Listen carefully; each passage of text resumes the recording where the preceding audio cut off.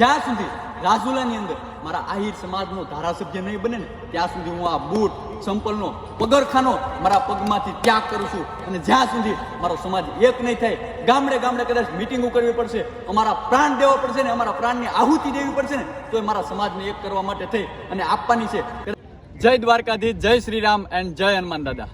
મિત્રો, આજે તારીખ 31/1/2026ના દિવસે હું અત્યારે દ્વારકાધીશના પટાગણમાં બેઠો છું. આપ જોઈ શકો છો દ્વારકાધીશની 52 ગજની ધજા ફરકે છે. અને આજે મારે દ્વારકા આવવાનું ખાસ કારણ, આમ તો 2026ના પ્રથમ દિવસે પણ હું દ્વારકાની અંદર હતો અને આજે એ જ મહિનાના અંતિમ દિવસે પણ હું દ્વારકાધીશના દર્શન કરવા માટે આવ્યો છું અને ખાસ એક સ્લોગન સાથે આવ્યો છું.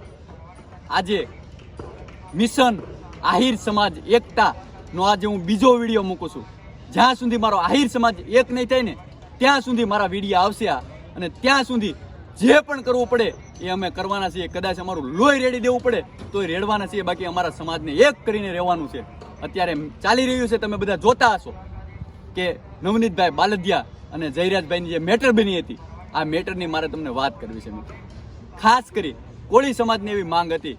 આજે નવનીતભાઈ છે ને એક અપરાધી છે, એની ઉપર 3 ગુનાઓ છે, એ ભૂમાફિયા છે અને છતાં પણ જો એમની સાથે અન્યાય થયો, એમને ન્યાય મળવો જ જોઈએ. આપણે ના નથી પાડતા.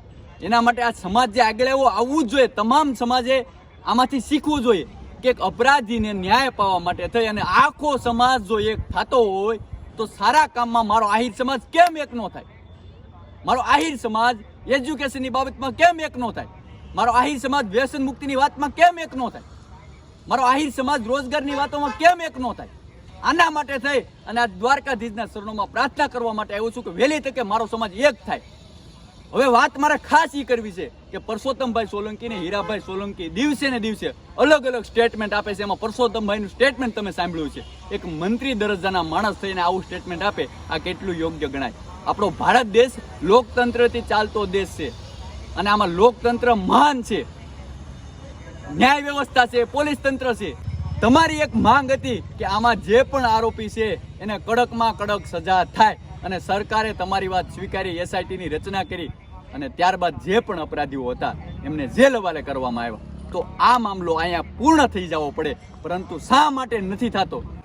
મને ખબર છે કે મારા સમાજને એક થતા થોડીક વાર લાગશે, પરંતુ જ્યારે એક થઈ ગયો ને ત્યારે રાજુલા વિધાનસભા ઉપર આહિર ધારાસભ્ય અમારે જોવાનો છે. જ્યાં સુધી રાજુલાની અંદર મારા આહિર સમાજનો ધારાસભ્ય નહીં બને ને ત્યાં સુધી હું આ બૂટ સંપલનો પગરખાનો મારા પગમાંથી ત્યાગ કરું છું. અને જ્યાં સુધી મારો સમાજ એક નહીં થાય, ગામડે ગામડે કદાચ મિટિંગો કરવી પડશે, અમારા પ્રાણ દેવા પડશે ને અમારા પ્રાણની આહુતિ દેવી પડશે ને તો એ મારા સમાજને એક કરવા માટે થઈ અને આપવાની છે. કદાચ ગામડે ગામડે મિટિંગો કરવી પડે, 365 દિવસ જવું પડે તો એ જવાનું છે. બાકી એક સ્લોગન આહિર સમાજના તમામ યુવાનોને કહું છું, વડીલોને કહું છું, એક સ્લોગન તમારા મનમાં નાખી દેજો, મિશન આહિર સમાજ એકતા, મિશન આહિર સમાજ એકતા. અને આના માટે અમારે જે કરવું પડે ને એમાં તમામ પગલાં ભરવાના છે. આવનારા દિવસોની અંદર જ્યાં સુધી રાજુલા વિધાનસભાની અંદર આહિર સમાજનો ધારાસભ્ય નહીં બને ત્યાં સુધી હું આ દ્વારકાધીશની સાક્ષી સંકલ્પ લઉં છું કે ત્યાં સુધી હું મારા પગની અંદર બૂટ કે સંપલ પગરખાનો ત્યાગ કરું છું. ત્યાં સુધી હું બૂટ કે સંપલ નહીં પહેરું